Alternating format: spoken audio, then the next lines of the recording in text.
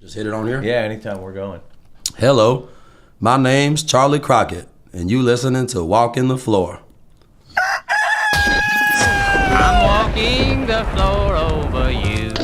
Walking the floor. I'm walking the floor. Walking the floor over you. Hola, senors and senoritas. This is Chris Shiplet, and you are listening to the best gosh darn podcast in the whole world, Walking the Floor. I'm back home from tour this week, enjoying that. I'm enjoying my kids. I'm enjoying my coffee maker, but it's brief. I got to leave again on Sunday for a couple weeks because I got to head back out to Nashville to finish my new record that I've been working on with Mr. Dave Cobb out there and company. And when I get done recording this podcast, I got to go through the giant stack of mail that's sitting on my desk. It's been staring at me all week, but I got to get to it. I got to get organized. You know, I don't think that I've actually ever been caught up since I had kids. And I doubt I'll ever actually be caught up. And I just mean life stuff, caught up with life stuff.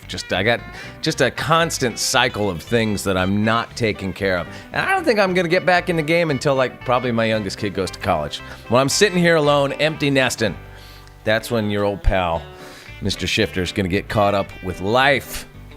But until then, I'm going to be a hot mess. I had a good little time in Nashville last week. We were just there for a day, but I interviewed Mr. Tyler Mahan Coe from the one of the greatest podcasts out there these days called Cocaine and Rhinestones. If you haven't listened to it, listen to it. It's great. It's going to be my next episode in 2 weeks, so definitely check that out.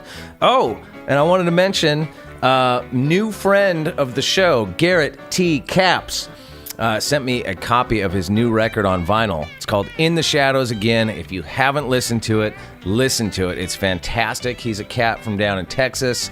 It's got a sort of Texas vibe to it. I don't even know it's exactly where you would pigeonhole him. He's got a Texas influence, and even I hear X and stuff in there. So I got to interview this guy and find out what his influences are, because it's a great record.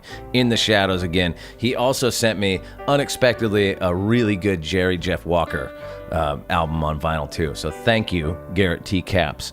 Check him out.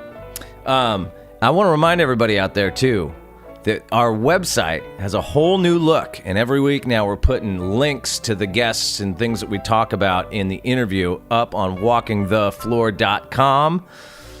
It's fantastic. It's better than ever. And if you like what you hear in the interview and you were like, what band was that guy mentioned that I should check out, there's very well a link to that information on walkingthefloor.com.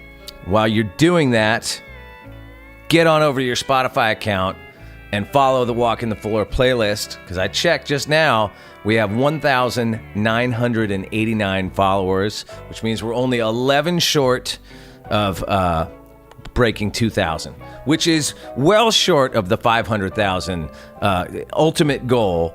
Also, way under the 77 million views that This Is America by Childish Gambino has gotten to date. So come on, if 2 million of the people that watched that awesome video just go over and follow my playlist, then we'll be in business. Of course, I realize that my Walking the Floor Spotify playlist does not carry the cultural impact of that Childish Gambino video, which if you haven't seen, you should really watch, because you might learn something. That's pretty much the best thing that's happened all week, in my view. Love it. What else is going on? That's pretty much everything. Let's get on over to Zounds.com and sell some gear. Zounds.com. You love them. It's your home on the internet to get all your music gear. You need a new guitar, a new amp, some new microphones, whatever. Get over there. Every order $599 and above is eligible for their exclusive 12 payment plan. There's no application process. There's no interest charged.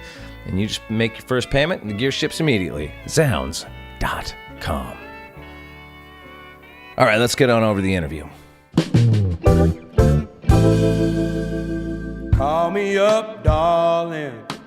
I'll be there in a hurry. All right, so I recently had a day off in Dallas, Texas, which happened to line up with Charley Crockett doing a hometown show at the Majestic Theater, which is also the day that his new record, Lonesome as a Shadow, came out. So it was kind of like a record release party.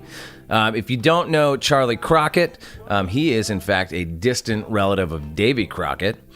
He grew up poor on the Texas border down by Mexico, and he learned his craft like busking in the streets of New Orleans, the honky-tonks of Dallas, the New York City subways, Paris, Morocco. This is a guy that's been all over the world and accomplished quite a bit in a short amount of time.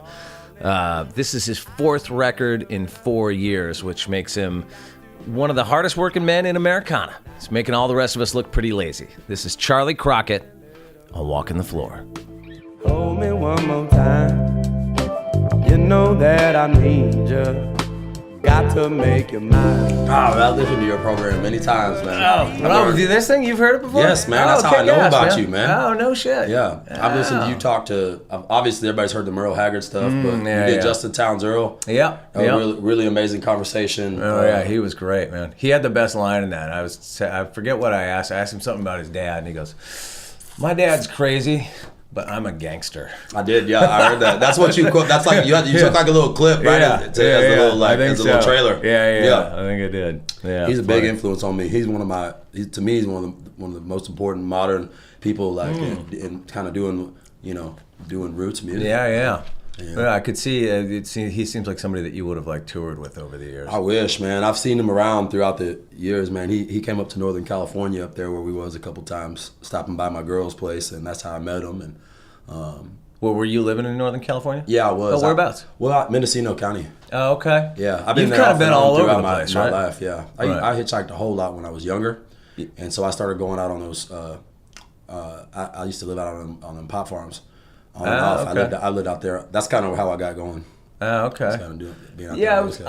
Since we kind of tripped onto that, I'll just start there. Like, I was wondering, like, why did you set out on the road hitchhiking? Were you already performing at that point, or was that like, did the two go hand in hand, or did you start hitchhiking then start performing? Like, how'd that come together? Yeah, it happened together. It's like I just I was getting in a lot of trouble. I think I felt at home. San Benito?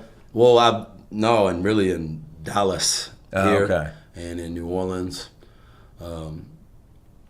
Just getting in a lot of trouble. So you grew up in San Benito, though, right? That's like where you were born. Yeah, I grew up, and then what? You moved to Dallas and then New Orleans. Exactly. My mama moved us up to Dallas, and my daddy wasn't around, so she sent me to live with my uncle.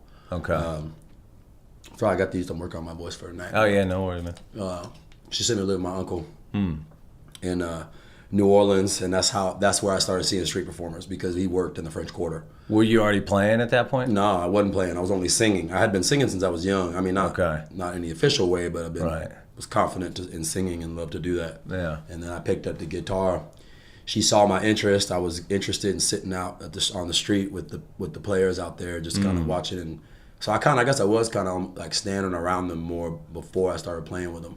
Like, what's that? Like, are they open to a young kid coming up that can't play guitar that's just kind of hanging around? Like, are they like, hey, man, here's some chords and check it out? Or was it like, get the fuck out of here? I mean, some of them, you need to stay away from. Right. Some of them are obvious. Some of them are all, be gacked out. You wouldn't go near those guys. Some of them like to have you around, like to have the company, won't talk to you about the blues and music that they know and stuff. And I hung out with people like that. I started doing that in my teens, and, I'm still that way now. I mean, like, in this town, I got taught more how to do this in like the broke down backroom blues clubs and kind of jams of Dallas and New Orleans, more than like the scene here. Right. That's a new thing for me. But I was like playing in the seafood restaurants with all the old blues dudes. Right. They were letting me get up and do my thing and shit. Like when you're busking out like in a place like New Orleans where there's so many musicians all over the place and people busking all over, like how many songs do you have to know to sort of keep up? To be a part of it, I imagine there's like, I remember a buddy of mine lives in Austin, said to play in the pickup scene there. There's like an unofficial song book, like about 200 songs. You just got to know, and then you'll be able to get a gig, kind of thing. Is it especially the same kind of thing? Well, especially as if you're a hired gun, right? A side man, you got to know everybody. You got to know all the standards, and that's true because in New Orleans, what's really valuable is traditional music. Right. So jazz or traditional jazz, early swing, but also in the street more, which is what I learned a lot more of, was a lot of what the jug bands was playing, and they were playing more blues and country, that kind of stuff, a lot more kind of traditional, like honky-tonk and that sort of thing. Yeah, man, like I learned Ernest Tubb songs on the street in New Orleans. I learned Driving Nails on Royal Street, and I knew the song before I knew Ernest. Right. I didn't think he could sing for shit at first, and I've got now I'm obsessed with Ernest Tubb, and I know 30 of his songs. Yeah. That's funny. Was there a point where you heard like the original versions of all those songs? Like, what? Who's doing that? Yeah. I didn't hear Driving Nails, like the traditional New Orleans jazz tunes that we was playing influenced how I played Driving Nails more than the original. I heard that first, and then I heard Ernest E.T. later. Right. And I've kind of incorporated some of that, but I also wrote my own ending and stuff. I like to adapt people's songs and stuff. Right. I learned about Hank Williams that way, or learned his songs that way. Right. I knew who these guys were, but I didn't know their music. Coming up as a millennial like I am, a lot of that stuff wasn't. There was all this bullshit dominating your life. Yeah. And I had to. It really was hip hop that broke me out of that through the conscious hip hop with the great sampling. Okay. The rhythm and blues part of hip hop and stuff, and going back to the artists that were being sampled, or gravitating towards the artists that were really incorporating jazz, into because that's what hip hop is to me. Is the modern is America's modern heritage of jazz and blues in a lot of ways. Was hip hop like kind of your entry point as a music fan? Yeah, man. I was listening to a lot of old school music growing up through my mama. She was into all that stuff, so I was aware of all that. But I needed, we struggled. We was in poverty, Right. Growing up in South Texas, outside of a little town down there, living in a trailer. And that's almost on the Mexican border, right? Yeah, man. Where we lived in Los Fresnos, outside of Los Fresnos, that's like a 15-minute ride to the border right there. Okay. So, it was, it's grown a lot, but it's always been a poor area. But I really loved it. It's an amazing culture down there, Right. I mean, it's whites are the minority by a long shot. It's 95%, 90+% Latino. It's an amazing culture, and we lived out in the country, so it was all, cotton, coastal plains, cotton fields, grapefruit, oranges. There used to be sugarcane more when I was younger. So right. And surf? Did you surf at all? I surf. I'm from California, so anytime I see that anybody's from somewhere close to the coast, I know that there's surf down there in like South Padre Island. Yeah, or something Padre like that, off the jetties. Yeah. I taught myself to surf in my 20s actually, just by being kind of like a road bum. Yeah. And then I would go down and stay in Port Aransas. I used to play all the bars down there along Corpus Christi and stuff. Yeah, okay. There's some good surfing off the piers out there and stuff. We had a day off in Easy Austin. surfing compared to what you're used to, but I ride some 4-foot bumps and great, man. Yeah. Whatever works, man. We had a day off in Austin a couple days ago, and I went and surfed that. There's a wave pool there. Okay. Have you seen that thing? That's crazy. Inland wave. It's mental, dude. I don't know nothing about that. It's so bizarre. I heard about it. I think I saw it in the Chronicle. Yeah, it doesn't break like an ocean wave. So it's like you kind of almost have to take your surfing knowledge and throw it out the window a little bit, because like a couple basic things don't apply. That's and crazy. It fucks you all up. And you're like, what? I'm surfing like a fucking asshole right now. You got to figure it out, man. I was in there for 2 hours. My last wave, I rode all the way through. That's crazy. I was like, just give me another hour. That's wild, man. So fun. It's an amusement park, basically, like for surfing. Yeah, it's exactly what it is, but it's like Disney surf. Anyway, Disney surf. I read that Freddie Fender was from that same part of Texas. I mean, we were born in the same town. Okay, so was he any kind of presence? I mean, I imagine he would have been long gone by the time you came along, but was he part of the sort of local culture? Man, when I was a kid, I mean, I was born in the mid '80s, man. So Freddie Fender was a king down there, and the Johnny Canales show was really big and featured mostly all South Texas music, and Freddie Fender was and is like Selena big down there, in the tornadoes and stuff. So it wasn't like I was hearing that as like the earliest probably music I was ever really around was a lot of Freddie Fender. I mean, he was just around, you know. And ZZ Top lived down there on the island. Oh, really? Yeah, my mama, I guess, used to go over. I guess she'd been over there a few times. She used to tell me the story that she didn't know she'd been over to ZZ Top's house until after she had left and found out that those were the guys that they like. Who were those bearded men? Yeah. So that kind of South Texas culture. But for me, it wasn't like I was listening to, was like consciously influenced by Freddie Fender early on. It really came just through my journey, through my pilgrimage that I've come to, and that's happened. It's like coming home to roost on a lot of things like that. Is like, I didn't really realize my connection to Freddie till I was in New Orleans playing on the street. And, you know, people would find out I was from South Texas, you know, and I'd be playing in all them street bands and getting in some of them blues clubs and stuff. And these guys was like, well, Freddie played on the street here in New Orleans, you know, when he was young, when he was your age. Really? And I was like, what in the world? And I found out that he played with the Nevilles all up and down in all them clubs back in back in the 60s. And I didn't know that. Yeah, he really got schooled on a lot of the New Orleans sound through the Nevilles and a lot of that New Orleans stuff. He did a couple years in Angola for like a couple joints. Really? Yeah. Like post being famous or prior to that? I think it was like right in the...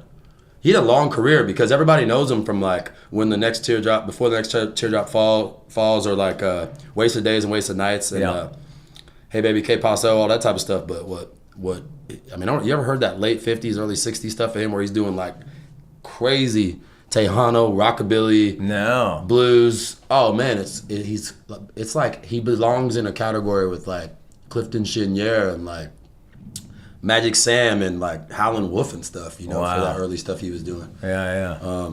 But he did time there for like a little bit of weed. I mean, you're talking about a Mexican dude, you know, getting rung up with a couple of joints in Louisiana. Right? What, in the 50s or something? That probably didn't go over well. Man, you know. So, but anyway. Yeah, and that's, I could say the same thing about like T-Bone Walker. He was somebody that used to play barefoot as a kid in the street in Deep Ellum here in Dallas. Oh, really? And, he was a Texas guy? Oh, yeah. The Deep Ellum here, I don't know how familiar you are with the neighborhood. I used to play there a lot, like in the 90s, you know, like when I was in a band called No Use for a Name. That was like where you always played. And it's funny because I've heard you mention them on your program. Yeah, I was just talking to somebody yesterday on our crew, like, I wonder if Deep Ellum's still happening. Cause I haven't been down to Deep Ellum for a long time. Deep Ellum has been the name of my whole game. That's where I put the band together. I played all these juke joints. There's been a renaissance, and it has good and bad things going on. Like there's the line between renaissance and gentrification, right? And there's always an issue. Sure. But me and a lot of cats in this era were able to get on this wave of like a new interest in Deep Ellum. So I mean, I was ringing those clubs for a couple years, playing 2-3 times a day, mostly in Deep Ellum. I mean, beer joints all over Texas and out in Fort. Like we would play like a morning gig in Deep Ellum. Might go play a beer joint in the afternoon in Fort Worth, and then come over and play the late night gig at like Adair's or the Freeman. And we would do that. We were doing that every week for a couple years. So like when you're talking about a beer joint, like what my image of a beer joint would be like something from the past with a bunch of guys just coming in from working in the oil fields. You know what I mean? Like, what's sort of the reality of what is a modern day version of that you're talking about? Well, I mean, now, you know, you got this whole, there's this whole like new era of like, what are they, like craft breweries. Right. And so like the cats that I was working with that were booking us just on a handshake around North Texas. Yeah. 13th Floor Music, this boy named Ken Welker, he had and still does have all these like breweries paying and bringing bands in there. You know what I'm saying? Because they were making that money. It's been a big thing, you know, and these companies have been getting bought up and all this type of stuff. And so it would be a mix of those type of places. But let me tell you, man, down here in Texas, you know, in the deep south, there's still a lot of beer joints. Like Adair's is definitely the old school beer joint like you would imagine it is. We would walk there. There's a ton of places like that. Riley's Tavern down there in San Marcos. Grady's 66 up there in Yukon, Oklahoma, out kind of OKC. There's really a lot of beer joints. It's funny, man. I've interviewed a lot of Texas musicians, and I always talk about on my show that I'm fascinated by the sort of the Texas circuit and the sort of insular support that artists from here get from their fellow Texans. I think it's amazing that it's probably the only place in America that tradition has endured. You know, where you had that all in all the other parts of America. You know, there's a strong West Coast country music scene back in the day and all. Right, the blues scene used to be real big, running up and down the 99. All that shit's gone, man. Yeah. But like, it seems like in Texas somehow it has persevered. Well, man, you know, Texas is a nation, man. You know. And there's a lot of people that have some real ignorant pride over that. But then the real Texas is a very strong, very diverse Texas that is represented by many races, cultural backgrounds. But we also have an independent economy.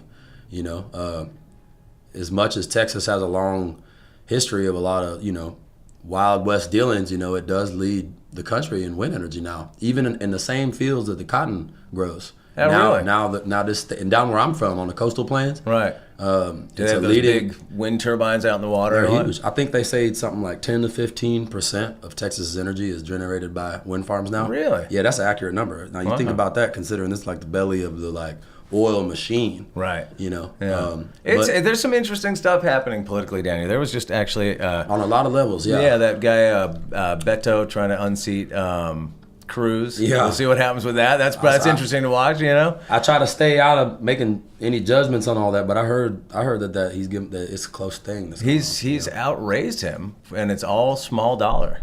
Yeah, man. None of it's like PAC money, so it's, you know, I don't know exactly. I haven't followed it closely or anything, so I don't know exactly where he sits politically. But you know, I think that it's just cool to see somebody, you know, kind of upending the status quo a little bit. And I mean, honestly, just to kind of touch on that, about it's like that's the thing about Texas. Like, there's this Texas hubris, and there's this very scary image of Texas.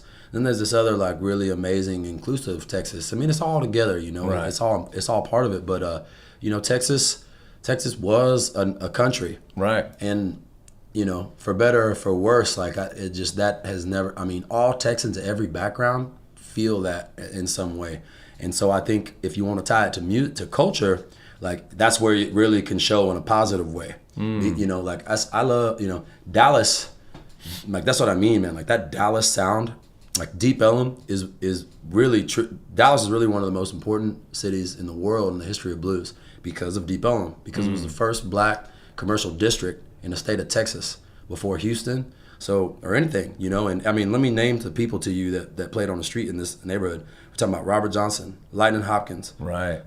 T-Bone Walker, Blind Lemon Jefferson, Leadbelly, Henry Thomas, Bessie Smith, Mile Rainey, Mance Lipscomb. I mean, Washington Phillips. It's so deep, and there's like 25 figures. Bob Wills, right? Bob Wills and those dudes are on record saying they learned a lot of the stuff that they was playing, that they were world renowned for, out of Deep Ellum. Sure, you know? It's that place where black and white, the European and black and Latino world converged, and the only reason that it's not being looked at like the way that Memphis is or New Orleans is because it's just cultural amnesia, because the city itself is not lifting it up on its shoulders. But we have a chance to do that now. Right. You know? I interviewed Paul Cawthon a while ago. Yeah, I know Paul. And he said that is he from Dallas? Man, I think he's from East Texas. Okay. But I mean, he's real well known around here. Yeah, and he told me that there was like like this was the spot. Dallas was like where there was like a scene happening. It was like the new hot spot. I mean, in some ways he's right about that. You know, and I mean, I've been able to get my thing off the ground thanks to Dallas Fort Worth. I think Paul would say the same thing, like he was telling you. I mean, what's that, League of Texas Gentlemen or something? Are they from here? Yeah, I think so. I mean, they're all Texas cats. All right. Leon Bridges, man. I mean, yeah, there you go. You know, I mean, that's he's a Dallas guy. Fort Worth. Okay. You know, and so that's the thing, man. I got as strong a love out in Fort Worth as I do out here on the Dallas side. And I've been living in Austin the last couple of years, and what I was going to tell you is that I love Austin because it has a New Orleans feel to it. It's got the Tejano music. There's a lot of Cajun influence, a big soul scene. Yeah. Blues for days and days, just like this city. Like I'm saying, so it's like the scene that lifted me up here. Like there's a scene going on now, and it's like Justin Townes Earl was saying. He was like, people were asking him like, should a young artist move to Nashville? And he was like, my advice is to move anywhere but there. You know, and it's like I wonder myself, you know, like I live in Austin a lot now. I mean, my mama lives up here, so I'm forever, you know, got a piece of Dallas, you know, and I came up in these hitchhiking all over the country, but I came up in these bars over the years, you know, whether people that are on and popping now like knew who I was or not. Like I've been around a long time, and you know, I'm just proud of what Texas is. What Texas in it, like everybody talks about Kentucky and Tennessee and stuff, and how it's like got all this stuff going on, and it's amazing. Yeah. But I think when you look at the sheer amounts of music, the kinds of the styles of music that Texas has to offer, man, it's really diverse. I would say it's the strongest scene in the country. You know. When did you start playing? How old were you when you actually started playing? I mean, you said it was in New Orleans, right? So you'd been singing prior to that. Well, I didn't really start. I consider my 17 is when I really started playing. It was guitar first? I got a guitar out the pawn shop that my mama got me. She got me an old Hohner guitar. Oh, nice. Out of a pawn shop. Nice. And at first I was just sitting in parks playing. Because that was like a little place I could get away and I could, from my life, and do that. And I mean, for people listening, they need to understand that singing and playing an acoustic guitar is like the most vulnerable kind of musical performance you can possibly do. It's like the next thing would be like to be a stand-up comedian. I mean, that's not music, but you know what I mean? In terms of just like sheer vulnerability. So I'm always fascinated by how people kind of come to that sort of confidence. Well, actually, it's funny you mentioned the comedian. I think being a comedian is the hardest, like, art in the world. It's gotta be. It's so terrible. I love watching comedy, but it scares the shit out of me every time I see somebody do it. Man, I used to I played all over the streets of New York City, and man, I played every open mic, and a lot of them were music and comedy. And I hung out with a lot of comedians. I lived with a lot of comedians. Oh, really? Yeah, man. And were you like living on the street when you were hitchhiking around and busking? Always, yeah. Okay. Always squatting. Right. Always staying with people. Always sleeping outside. I did that for a long time. Okay. You know, I did it when I was young enough to do it. Right. And back when I was in my mid-20s, I thought I could live that way forever. Right, sure. But this really isn't much different. You know, I just have a better team, and like sometimes I got a bus, sometimes I'm in a van. Was there like a period of transitioning back into like polite society? You know what I mean? Man, I got all kind of issues. Like I was just so used to doing everything I was doing was illegal, or like always being in space that was borrowed. Right. I have all these complexes that I can't really get rid of. You know, where I'm like always feeling like I'm in. I don't think that shit ever goes away. It doesn't, man. I don't think it ever does. I did that for years, man. I mean, I lived that way for 10 years. You just can't. You can't. It's funny you say that. No one's ever asked me like that before, but absolutely, man. Trying to, what did you call it? Transition back to polite society. Yeah, this is like stepping out onto the parlor floor. Right. You know, and I'm like, I had to remember that I was taught, you know, some manners when I was a kid by my mama. You know. It's funny, man. It's messed with my language and my speech and everything. I go through a version of the same thing because you know where the sort of culture that I grew up around and spent a lot of my early adult life in is different than the sort of the world I find myself, you know, music married culture, man. It's a whole, But now I have this like family life with kids, and my kids go to a nice school, and we live in a nice place, and I'm surrounded by people, a lot of like great, nice people, but it's like nobody that came from where I came from, and I forget that sometimes. And shit comes out of your mouth, and you're like, whoops. Me too, man. Me too. Man, that's well said, brother. That's funny. Well, tell me about Europe. You busted around Europe too, right? Oh yeah, I did.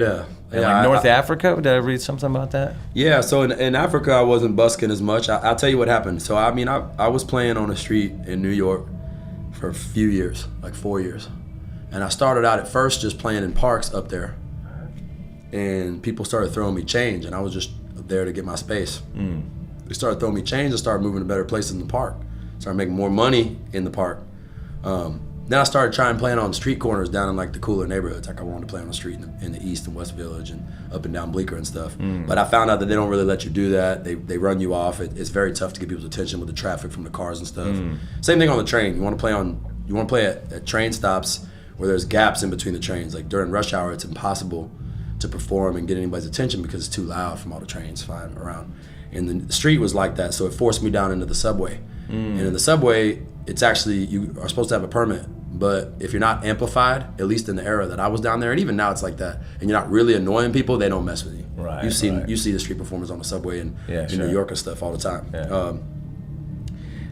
From the platform, I ended up playing in the train cars with spoken word poets that would come by where I was playing at my little stop. I play at the Metropolitan Avenue stop underneath Williamsburg on the G train below the L train. Okay. In Brooklyn, and then I got on the trains that way, and I played that circuit I did that for like another 2 years. You know, straight, and I did that solid that's where I got most of my practice. Right. Sorry, I forgot what I was even thinking. So how'd you wind up overseas then? Because Europe has a strong appreciation for American roots music that often Americans don't have. It's true. So I'm wondering how that. Well, I went. So when I was doing all that street playing, a guy from jazz singer from Copenhagen, Denmark, who was coming over there, that was hanging out at a basement club, Lucky Jack's on Orchard Street down there in Lower East Side. He was playing down in this open jazz blues open mic deal. And he got to know me as he would see me coming through and knew I was a street guy. Over the course of a year, we got tight, and he ended up bringing me over to Copenhagen, and I played like the blues clubs and like coffee house gigs and stuff around Copenhagen. And I was really rough around the edges, and honestly, not nearly as good as I probably thought I was at the time. Right. But my confidence counts for a lot, though. And the genuine nature, I think, like you're talking about, of like American players of a certain kind, I mean, as rough around the edges as I was, man, I was making way more money as a homeless person over there than I was in New York, and I was eating better quality food because the street level food was a lot. I wasn't eating dollar pizza slices over there, and everything was quite a bit healthier. Yeah, so that doner kebabs. Yeah, a lot of man. On this last run, we just were over there for a month with JD McPherson, and that's all. Oh, nice. That's all I ate was doner kebabs. All right, so at some point you transition from busking and being more of a street musician to playing in clubs and stuff. How did you wind up getting a record deal and start making records? And it should be noted, you've made a bunch. Your first record was only a few years ago, man. You're making the rest of us look lazy. And your fourth one came out today. I got 4 out in 3 years. Yeah. That's an amazing work rate. Well, that's what they made. I mean, Loretta Lynn had to do it that way. Sure. And Hank Williams was doing it that way. Yeah. And all my blues heroes were doing it that way. And I'm independent, so and I'm full of energy. And between learning other people's songs and writing my own, man, I mean, if I'm playing the music I want to play, like I'm never going to get tired of it, and I want to cut 50 of them. Right. Well, how'd you wind up getting a record deal? The first record deal. How'd the biz find you? Okay, I learned a whole mess of stuff by playing for change, and I honestly feel like the only thing that's changed from just busking out of my case to playing here at the Majestic tonight is the politics. And I've got to learn. I had to learn how to play amplified and lead a band, and I just spent the last. Yeah, just even stuff like having stage monitors. I imagine there's this transition there. That's what I'm saying, but most everything I needed to know, the street really taught me. But and true to that, I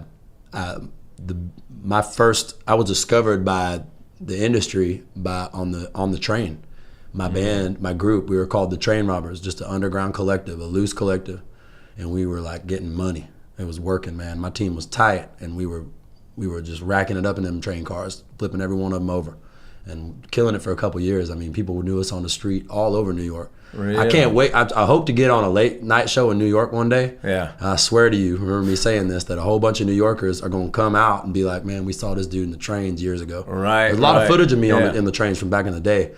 And the reason I'm saying in New York is because I played it so hard. Yeah. I mean, we played it so hard that if you rode the trains and you were a real commuting New Yorker, you saw me in the days of 2010 to 2012. You saw how many hours are you performing? I'm talking about 8 to 10 hours every day. Really? Yeah, we'd run cycles, so we would like. Do you ever lose your voice, or is your voice just so tough from that you're just calloused? Well, my voice was really, you got an amazing resiliency in your 20s. So I have a strong voice, I think, for where I'm at in my career, but it takes more nursing now than it did was on my 20s. And I was doing a lot of things to my voice in my 20s that I'm very lucky I didn't lose it at that time, because I was screaming and hollering over people in the trains. And and when I wasn't screaming and hollering in the trains, I was singing over brass bands unamplified in the quarter. But my grandfather's got a real loud voice like me and very naturally loud, so I've been able resonant. to. I've been able to maintain you have like it. a resonance to your voice, just it sounds like naturally. Yeah, so I've been able to keep it. We'll see how long that lasts. So they saw me on the trains, and it was like it was a management deal, but with people really high up in the record industry in Manhattan. I mean, way up there, Sony folks, executive type folks, which those people introduced me to JD McPherson. they were courting me to sign this contract in my band, and they took me out to Lincoln Center in Manhattan, and it was a free show out in the park, and it was J.D. McPherson's band with Jimmy Sutton, and they was just popping off. And like when that North Side Gal, yeah. Yeah, man, and you know that everything that dude does is gold. You know, JD has a lot of songs he hasn't even cut that are hits. It's crazy. Really? Oh yeah, man, he's something else. But I signed that deal, and they was looking to make us into like a mainstream pop act. Okay, great. Because this, I wanted to ask you about this because I listened to all your records, and they all sound like they're recorded like live in a room. I don't know if that's how you actually do it, but that's what it sounds like. That's what it is. Which I figured probably came out of street performing or whatever. You're probably very comfortable in that way. So I was wondering if you ever experimented with like super modern production and like gridding everything and tuning it. You know what I mean? Like I didn't know if the way that you recorded was like a reaction, like that sounds like that doesn't sound like me, kind of thing. Well, with that group, with that situation, I didn't even let it get that far because of all of the other things in the environment that were happening so quick. It was like this, because what we were doing was working. I mean, you know what I mean? I'm an untrained musician, but like, man, I was playing 8 to 10 hours a day, and I was carrying New Orleans songs around with me, and the trumpet player playing with me, and the rappers were the best of the best when it came to the street stuff, man. And like Clarence Greenwood, Citizen Cope, at the time was trying to record us, and he was like hanging out with us, and we'd go see him and stuff. He was really into the rapper J Don that I was running with for those couple years. And he was like, whatever you do, don't sign that contract with them people. It's going to break this whole thing up. Don't do it. And I was starving on the street. I was desperate. It's hard to turn down a recording contract, especially in a desperate position. Yeah, so absolutely. I said, you don't know what you're talking about. I'm signing this. And within 8 weeks, everything he said would happen did, because they didn't have any interest in helping grow the organic thing that was happening there. It was like they saw all this talent that was believable and wanted to move it into this other model where it's like you bring an electronic. At that time it was like dub. It was like right when dubstep was like in the top of the mainstream pop you were hearing. Right. It's kind of falling off from that peak. Yeah. And they were trying to bring us into that and kind of affecting that New Orleans sound, but there was a very Mickey Mouse thing about it. And but mostly beyond that, it's beyond. To be honest with you, if I wasn't so desperate, if I wasn't so blind from my struggle, I would have known that that's exactly what they were about. But I was pretty much lying to myself because I wanted so badly to get an audience. Sure.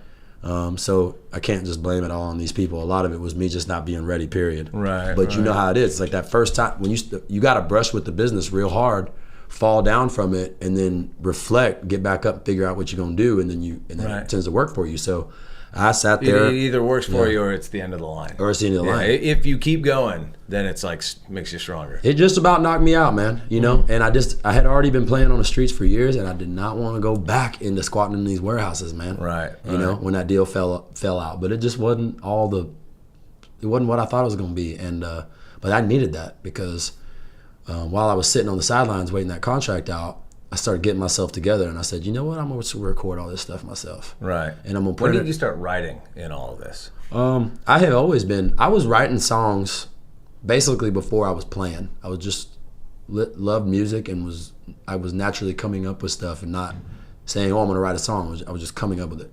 Phrases and lines and stuff. And it was sticking with me. I just always had that obsession with singing music that I was attracted to, So I started, I don't know, right all at the same time, about 17, 18. I've been writing the whole time, like there's a whole thing being made about my new record being my first one of all originals, which is true, but it don't got nothing to do with having a lack of songs that I'm writing, man. I'm writing a million songs a minute. It's just...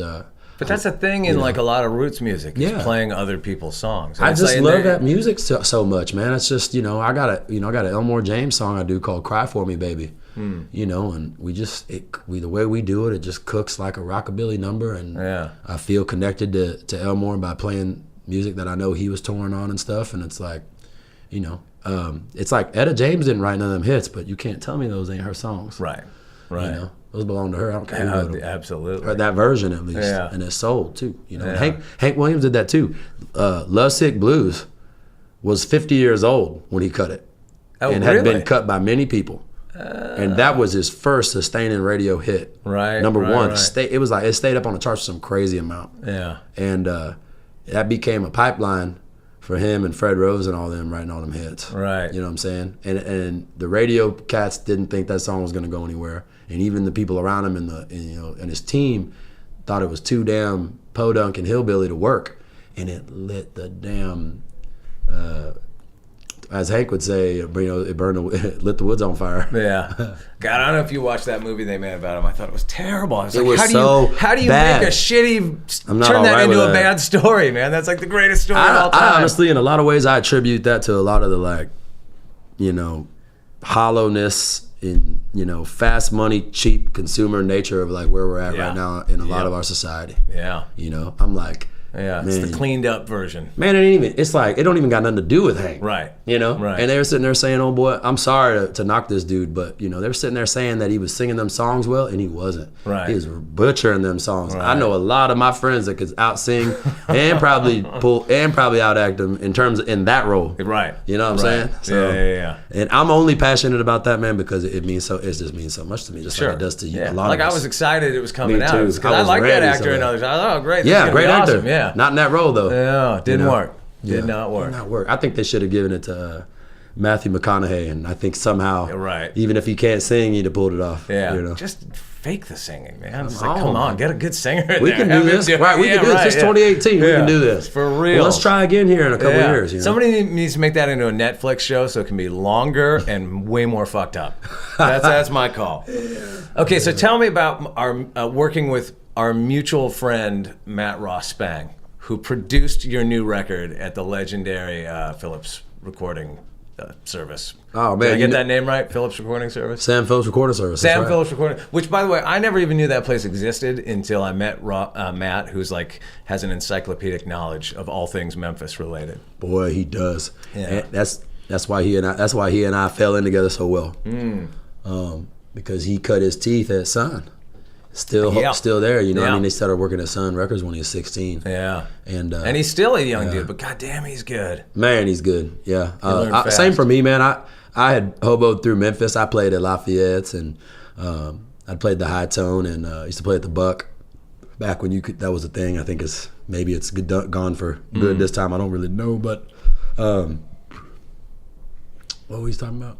Oh, Matt, working with Matt. Matt, yeah, that's what. Sorry, I've been running like, man, I can't even tell you all the things I've already done today. I bet. Well, your record's out today, right? Yeah. Lonesome as a Shadow. Yeah, but Matt, I didn't know it either. We went over there. Man, I just love that dude, man. I like his vibe. He's so Memphis.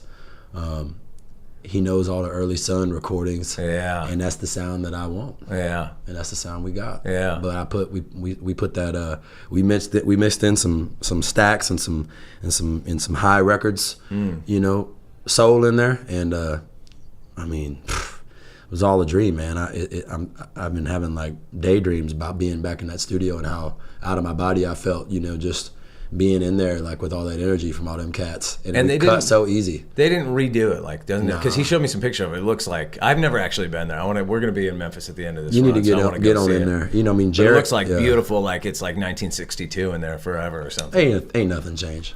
Nice. Nothing's changed, and that's the magic about it. And that Matt's in there, and that the family's still running it. Jerry Phillips, Sam's son, is in there. Oh, really? That dude is too cool. Yeah, man, he's bad. He's bad as a bone. He was hanging out when we was having the session and stuff. Oh, and, nice. Man, I loved it. I loved it. I just love Memphis, man. It's one of those cities that you can't help but feel the music in you by just being there. Yeah. Just love it. Yeah, it's a great town. And there's always the barbecue. Yeah. Doesn't hurt. Oh, yeah. Yeah. Hey, man, and the Vietnamese food ain't too bad neither. So I imagine you must have like a crazy busy schedule right now. What's next for you? Tour? Yeah, man. Album comes out today, boom, you're off and running. Well, man, I mean, we did 200 shows last year. Right. I'm already 57 or something in. I don't know. I guess y'all tour pretty hard too, don't you? Yeah, we've been going since beginning of last summer. So we're gonna go through the fall. Yeah, man. Yeah. So I mean, it's nonstop this year. There's hardly any breaks. Great. That's how I want it, man. Yeah. That's how I want it, man. I want to get back to where I was man, I was in this place when I was playing on the streets and stuff, man, because I was able to play. You know, this is amazing what we're doing. Yeah. There's a lot of hurrying up and waiting. Sure. All that stuff. Yeah. You know, and everything we got to deal with. Yeah. But when I was just in my 20s and I was playing out on the street, man, all I was doing was playing all day. And so in the middle of those times when I was at my peak, man, my performance level was just, it was at this place that's hard to touch, I think, for me. Right. And that's why I want to tour so hard, is because I want to feel that again. And I'm starting to feel that because I'm starting to get to headline. Right. You know, I'm starting to really sell tickets. I think we still need to sell another 30 tickets or so to sell this one out. But it's amazing. I'll have sold out all the rooms in this town. You know, the Kessler, Granada, and the Majestic, and that was, you know, I didn't have a plan past the Majestic. Right. You know. So time to get a new plan. Yeah. Well, I just wanna get this band firing off, and if I want to do classic theaters. You know, I want to do rooms like this as much as I can. Yeah, it's a beautiful room. Yeah, this one's owned by the city, you know, and it's real cool to kind of work with a venue in that way. It's always nice when one of these places doesn't get demolished. Yeah, man. You know, there ain't too many. I don't think we should knock down any more. I think we should bring all the ones back we can. I agree, man. We've already rolled over way too much. Too many. Yeah. Dude, well, thanks for taking time out of your day, Dad. I really appreciate it, man. It's great to talk with you, brother. I'm grateful to play with you, man. Yeah. Cool. Thank you. Ain't got to worry, child. Not All right, that was Charley Crockett on Walking the Floor. Make sure you get on over to walkingthefloor.com for all the links to his website, his video, a bunch of the stuff that we talked about in this episode. And I will be back in a couple of weeks with Mr. Tyler Mahan Coe from the Cocaine and Rhinestones podcast. That gives you 2 weeks to listen to all the episodes in season 1 of his podcast and do your homework so you go into it prepared. All right, make sure you get on over to Spotify, follow the Walk in the Floor playlist, and when you're done with that, listen to all the old interviews still living in the iTunes store. We'll be back in a couple weeks. Adios, amigos! I wouldn't even try. Call me up, darling. I'll be there in a hurry.